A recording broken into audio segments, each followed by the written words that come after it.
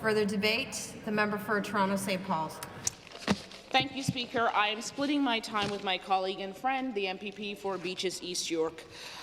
The first thing I'd like to say is I've sat here and I've listened to this government say how they have provided canoes for Ontarians, all kinds of support for Ontarians with regards to rent. I know for a fact that that is simply not the case. I've got the eviction notices right here on my desk from folks from 440 Winona. I've got eviction notices in my email up the wazoo of Ontarians, of people in St. Paul's who are not able to afford their homes because this government never gave direct support to tenants, to small business owners, which frankly would have helped landlords. None of that was done at the beginning of this pandemic. The NDP official opposition put forth a proposal that would have saved many, if not all, of our small businesses across the province from the bleak realities that they are now facing, even with the reopening strategy. We see at residential levels tenants who consistently get eviction notices time after time after time. In St. Paul's alone, we have 67.8% of folks who are renters.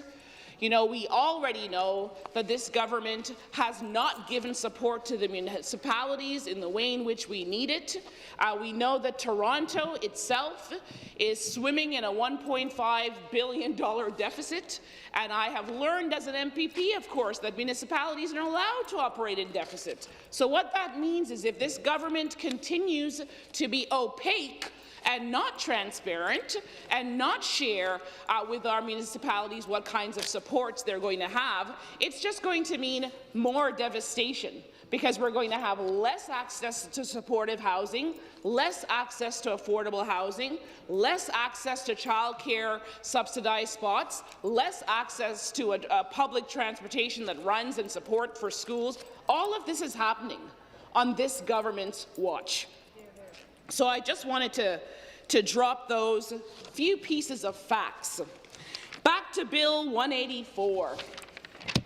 The government consistently says that we are over here, we're not working with them, we're not getting along with them, we're not propping up their legislative offerings. It's because we've heard from Ontarians that these legislative offerings coming from the government can't hold, they hold nothing substantial, for goodness sakes, nothing substantial.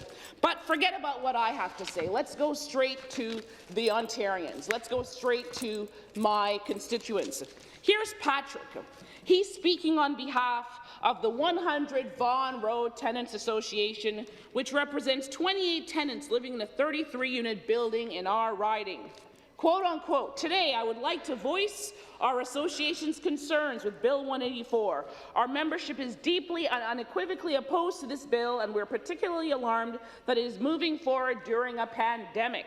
On March 26th, in response to Ontario's COVID-19 outbreak, Premier told tenants, if you can't pay rent and you're absolutely in crisis, then you don't have to pay rent. At the same press release, he also said that if anyone had to choose between putting food on their table or paying rent, that the government of Ontario will make sure that no one gets evicted, adding, we're going to make sure we take care of these people. For goodness sakes, on August 1st, when the emergency measures and the extension on evictions is ripped away, we are going to see a mass exodus of folks being made homeless because this government never gave Ontarians, they never gave my residents, they never gave our constituents support at the beginning. For goodness sakes, this is not about whether you're NDP or Conservative or Liberal or Green. Someone on the government side said that. I absolutely believe. I completely agree. But this is about listening to what Ontarians are saying, what they're begging for. I go back. While we have several concerns with this bill, quoting Patrick, our association wishes to highlight one provision in particular. Under Bill 184, tenants who agree to a rent repayment plan will lose their right to an eviction hearing in the future if they miss a single installment for whatever reason, such as, maybe a job loss or something like that, but I mean, who's counting during a pandemic? Their landlord will be able to evict them without a hearing, regardless of the circumstance. Imagine a single parent who, prior to the pandemic, worked full-time as a bartender and who lives in a rental housing. During the pandemic, this tenant has lost their sole source of income. In the months since, they have struggled to find new work, and without access to childcare during the pandemic, since there's no childcare or education plan come fall, they have had few opportunities to do so. Despite federal benefits, they remain unable to balance other critical expenses with rent. Following the enactment of Bill 184, the landlord applies for an eviction. At this point, the tenant is back to working full-time. However, they owe a substantial amount of back rent. To avoid eviction, the tenant agrees a rent repayment plan with their landlord. What happens if they miss that payment plan? They could potentially be on the streets. Here we have someone else, Lisa, who is the president of our Heath Street West Tenants Association. I'm writing to you again, because she wasn't answered the last time, to ask for your government to scrap Bill 184, because I believe the changes proposed in this bill will impoverish and displace tenants in Ontario. This bill is out of touch with the challenges that many tenants face today.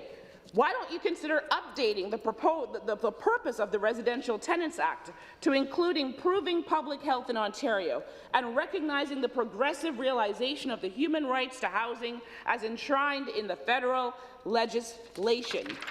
That's just a snippet. We go to Liba as well, who had time to write to the government but didn't get any responses from the Premier, from the Minister of Municipal Affairs and Housing.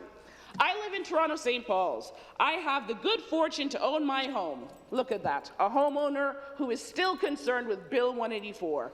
But know many people in this and other ridings who rent. I'm writing to register my opposition to Bill 184. Rather than protect tenants, this bill puts them at far greater risk of eviction. The Premier appeared to have some sympathy for tenants at first, especially during, those pandemic times. The bill contradicts his statements of just a few months ago.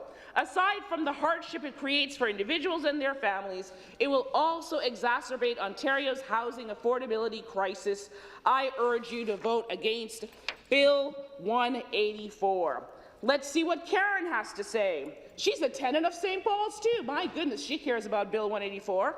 I was horrified, she said, to read the details of Bill 184, especially given the housing crisis Ontario is currently experiencing. It is hard to see how this bill would in any way help relieve that crisis.